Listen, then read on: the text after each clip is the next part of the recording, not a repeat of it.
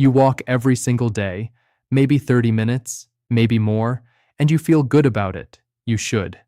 Walking is genuinely one of the best things an older adult can do for their health.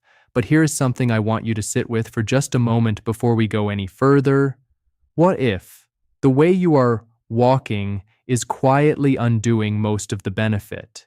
What if some of the joint pain, the fatigue, the stiffness, the heavy feeling in your legs by the end of the day is not coming from your age, but from 7 specific mistakes that are completely fixable once you know about them? I am Wesley Harper, and I want to be honest with you right from the start. Most people who walk regularly after 60 are making at least 3 or 4 of these mistakes every single time they go out. Not because they are doing anything reckless, but because nobody ever told them that walking after 60 requires a slightly different approach than walking did at 40. And when you walk the wrong way at this stage of life, the consequences are not just wasted effort. They are real damage to your joints, your posture, your cardiovascular system, and your long-term mobility. Stay with me through all 7 of these, because the ones toward the end are the ones that surprise people the most. And one of them in particular is something almost nobody talks about, but that I believe is one of the most important things an older adult can understand about their daily walk. Before we get into the mistakes, I want you to drop a comment right now. Just tell me how many days a week you currently walk and roughly how long each walk is. I read every comment in this community, and your answer is going to help me understand where you are starting from, so I can keep making videos that actually speak to your situation. Now let us talk about what is actually happening inside your body after 60 when you walk, because understanding this is what makes everything else make sense. After 60, your body is going through several changes at the same time that directly affect how you should be walking. Muscle mass decreases gradually every single year after 50. This is not something you can feel happening day to day, but over a decade it adds up to a significant loss of the tissue that stabilizes your joints, regulates your blood sugar, maintains your posture, and keeps you balanced when you walk. Walking the right way helps slow this process. Walking the wrong way accelerates the problems that come with it. Your joints are also changing. The cartilage inside your joints gets its nutrition not from blood vessels, but from movement itself. When you load a joint and move it properly, the fluid inside the joint spreads across the cartilage surface and delivers the nutrients it needs. Without that regular, correct movement, cartilage gradually thins and weakens. This is why how you walk matters just as much as whether you walk at all. Your circulation is less efficient than it was 20 years ago. Blood vessel walls lose some of their elasticity with age. Blood flow to the legs and feet becomes less robust. The heavy, tired feeling so many older adults notice in their lower legs by evening is directly connected to this. Walking improves circulation significantly, but only when done correctly and consistently. Keep all of that in mind as we go through these 7 mistakes, because every single one of them connects directly back to these changes that are happening in your body right now. Mistake number 1, starting your walk too fast. This is the most common mistake I see, and it is one that feels completely harmless in the moment. You walk out the door and immediately start moving at your normal pace. It seems logical. You are walking, not running. Why would you need to ease into it? But your body is not ready for full pace movement the moment you step outside. Your muscles are still in a resting state. When muscles are cold, they are less elastic and more vulnerable to the small tears that accumulate over time and become chronic pain. Your joints are not yet properly lubricated.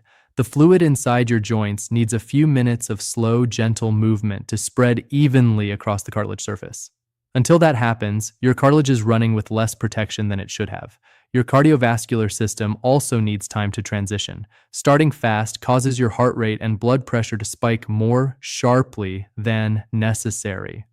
After 60, when your blood vessels are less elastic, that sudden spike puts unnecessary stress on the vessel walls every single time you do it. The fix costs you nothing extra. Just spend the first 3 to 5 minutes of every walk moving at a deliberately slow and easy pace, almost leisurely. That is your body preparing itself. After 5 minutes, your joints are lubricated, your muscles are warm, and your heart is settled into a working rhythm. Now, pick up your normal pace. This single change alone reduces joint pain and fatigue for a large number of older adults who try it consistently. Mistake number 2. Walking with poor posture. Go outside and watch people walk. The majority of them are leaning forward, head pushed out in front of their body, shoulders rolled forward and down, eyes aimed at the ground a few feet ahead. This feels natural because most of us spend hours every day sitting in positions that train our bodies into exactly this shape. But walking this way is doing real damage that most people never connect back to their posture. Your head weighs approximately 10 to 11 pounds. When it sits directly over your spine, your neck muscles carry that weight without difficulty. But when your head pushes forward even by an inch or two, the effective load on your neck and upper back muscles multiplies dramatically. Walk for 30 minutes with your head forward, and you are asking your neck and upper back to hold many times their natural load continuously. This is why so many older adults come home from a walk with neck pain, shoulder tension, or a headache and assume it is just part of aging. It is not. It is posture. When your chest is compressed and your shoulders are rounded forward, your lungs cannot expand fully. Your breathing becomes shallow. Your muscles and brain receive less oxygen than they should. You feel more tired from the same walk than you should because your body is working harder than it needs to with less fuel than it could have. The fix is simpler than most people expect. Imagine a gentle upward pull from the top of your head. Not forced or stiff, just a subtle lengthening of your spine. Shoulders relaxed and slightly back. Eyes looking forward at the horizon rather than down at the ground. Chin level, chest open. In this position, your lungs work fully, your neck carries no excess load, and your spine distributes your body weight the way it was designed to. Practice this every time you walk, and within a few weeks it starts to feel natural. Mistake number 3, wearing the wrong shoes. This is the one most people pay the least attention to, and it is one of the most consequential mistakes on this entire list for joint health specifically. 2 things happen with age that make footwear critically important. First, the natural fat pads on the soles of your feet thin out over time. These pads existed as your body's built-in shock absorbers. Every time your heel hits the ground, those pads cushioned the impact before it traveled up through your ankle,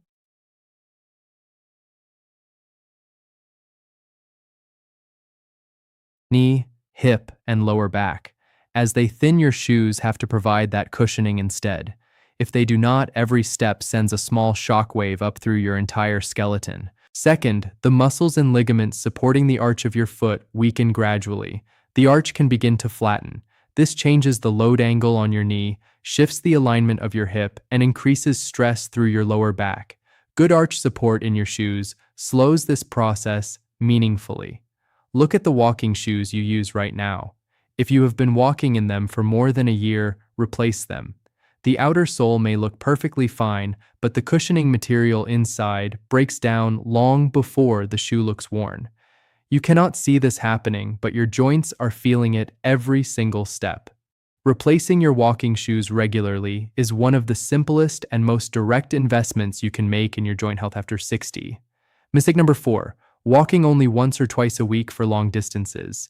This pattern is incredibly common. Life gets busy, the week passes, and then on the weekend you take a long walk to make up for it. An hour, sometimes longer. You come home tired, feel like you have done something good for yourself, and consider your exercise taken care of for the week. But your body does not respond to exercise the way you might think. It does not bank up the benefit of one long effort and release it slowly over the following days. It responds to repeated, consistent signals. When you walk regularly, your heart gradually becomes more efficient, your blood vessels adapt, your muscles strengthen, your metabolism stays active. These changes only happen with repetition. One walk a week is not a strong enough signal for your body to adapt to. The benefit stays minimal. Worse than that, a single long walk after several days of complete rest is a genuine stress event for muscles that have not been moving. They are unprepared, stiff, and more likely to hurt the next day. People experience this and conclude that walking hurts their joints. The joints are usually fine. The pattern of loading them is the problem. 20 to 30 minutes of walking 5 or 6 days a week is what research consistently shows reduces cardiovascular disease risk, helps regulate blood sugar, and supports healthy bone density. Not one long Sunday walk, 5 or 6 shorter walks spread through the week. If that feels like a lot right now, start with 3 days and add one more every couple of weeks. Your body adapts to what repeats, only to what repeats. Mistake number 5. Not moving your arms while you walk. Most people either hold their arms stiff at their sides, let them hang completely, or put them in their pockets.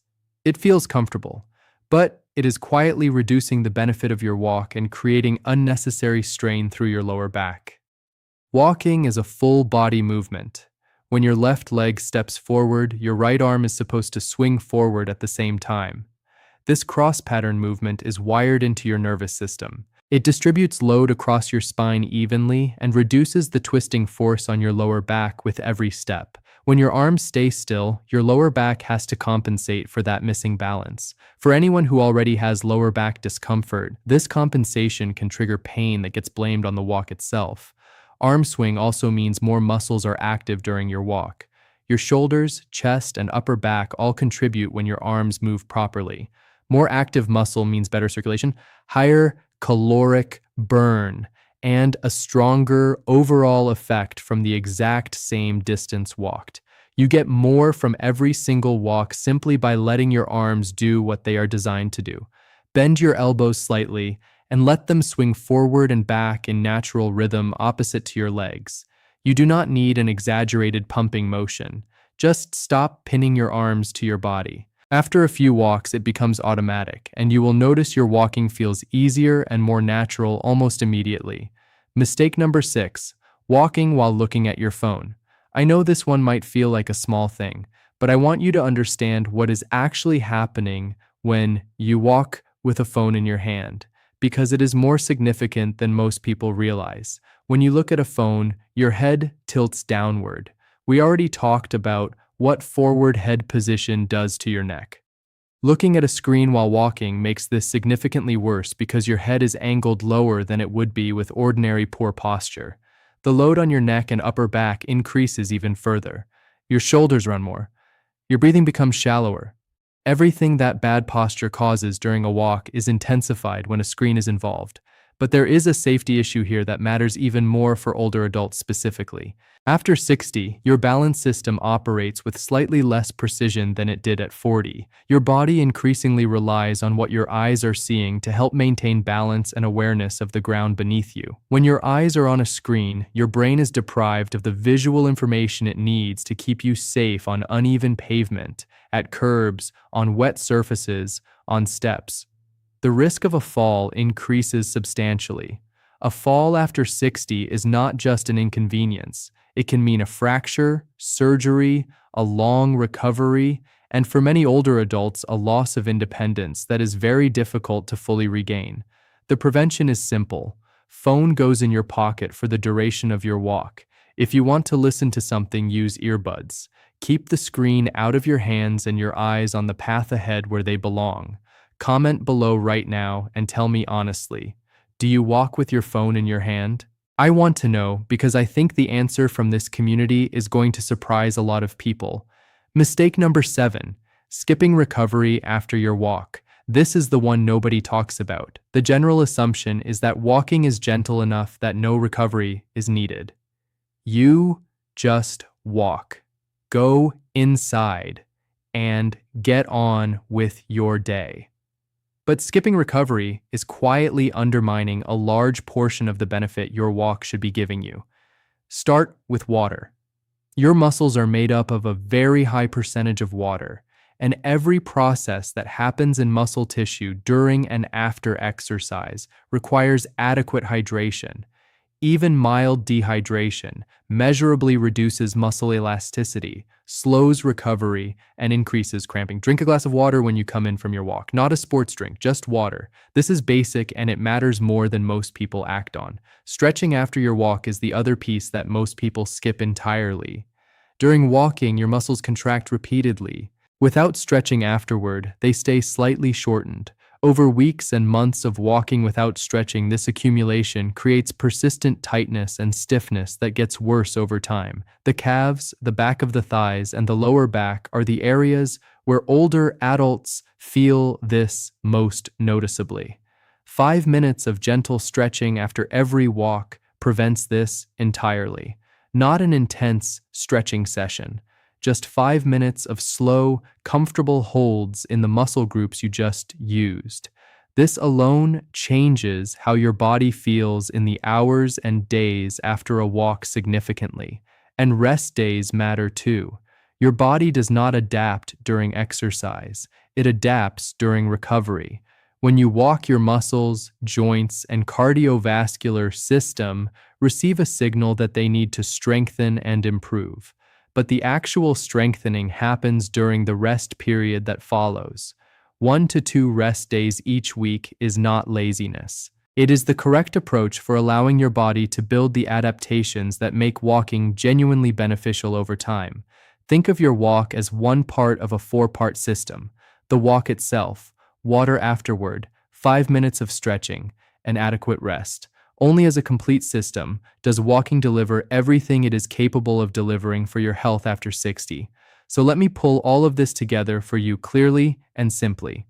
Start every walk slowly for the first 3 to 5 minutes without exception.